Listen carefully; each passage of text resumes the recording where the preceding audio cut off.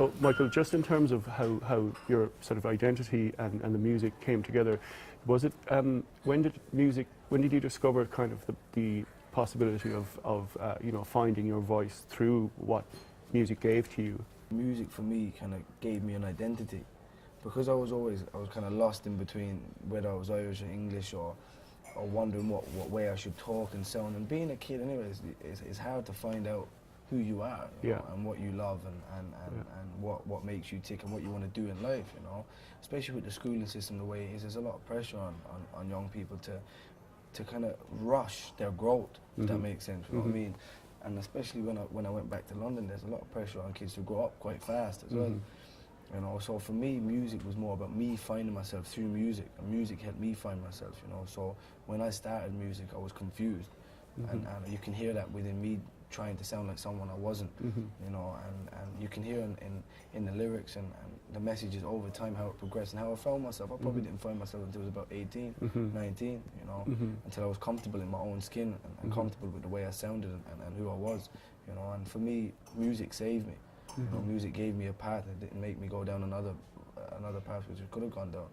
You know, it always saved me and kind of kept me grounded, and in the end of the day, for me personally, it helped me find myself. Yeah, and I mean, you've already kind of answered the question saying music saved you, but do you think that it's one of those ways that you can really, you can explore and search for your identity within the whole realm of music in a way that like maybe other areas doesn't allow you to? You know, if you're into sport and you don't make it, like it's a big fall to kind of not play sport or whatever. Yeah, definitely. I think music's a universal language, you know, that music's the one thing for me, and it's the most powerful thing in the world, because it connects with people on a level beyond judgment, if that makes sense. Where if you hear your favourite string section in a song, say in Stand By Me For Me, when the strings come in, you get that little tingle. No one tells you to get that tingle. You know, it's not a lyric, it's a feeling you get. You know? It's like when you see Bob Marley live, if you go and watch back from old performances, and you see his performance, and you see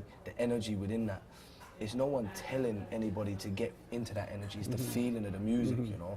And that for me is a universal thing. It's a unifying thing, you know. And it's, for me, is what music should be about, you know.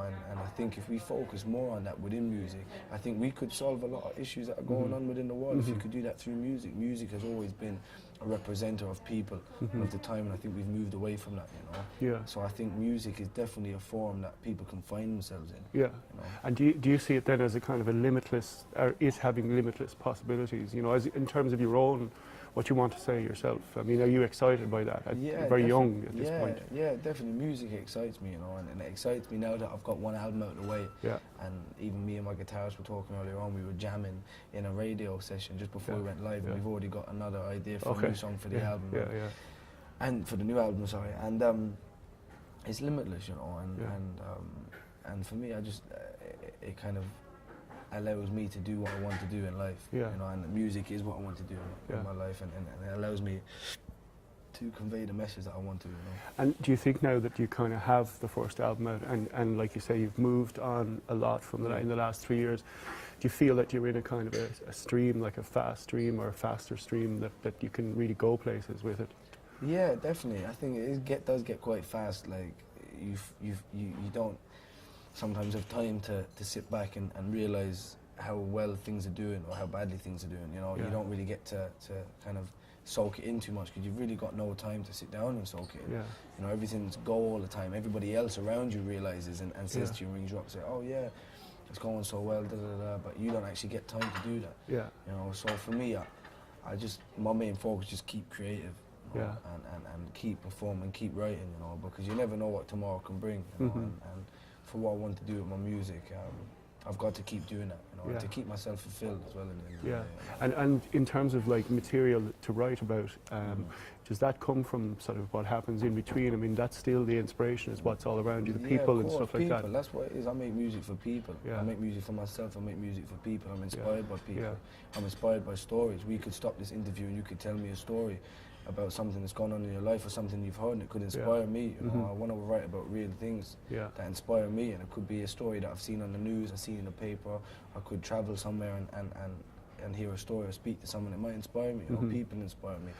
Yeah, and then again, just going back to New Ross, I mean, it must be a thing that, you know, like what I really like about what's going on is the mixture of, as like I say, identities. That you have got a street thing, and you've also got a very, you know, rural thing. And it strikes me that maybe the storytelling thing, you know, which in hip hop and rap is obviously the deal, but also, you know, coming from the New Ross angle, that there's like a very rich kind of oral tradition of storytelling, and you know, even if you had any connection with traditional Irish music, it's similar, where, you know, it's almost in the song. Or most definitely. Like, I think people sometimes forget how much storytelling is part of Irish culture, you know, and is part of Irish music, specifically traditional Irish music, you know.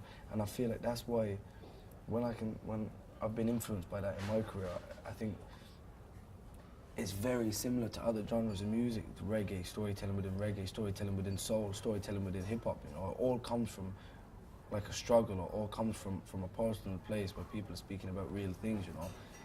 Yeah, and then folk music it should be a wider term, really, you know. Definitely. I think people are kind of skewed on the thought of what folk is. It's just some old lad sitting down and playing some boring tunes that have got 14 verses in it, do you know what I mean?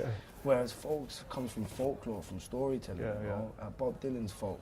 We could call Tupac Shakur folk. Yeah, sure.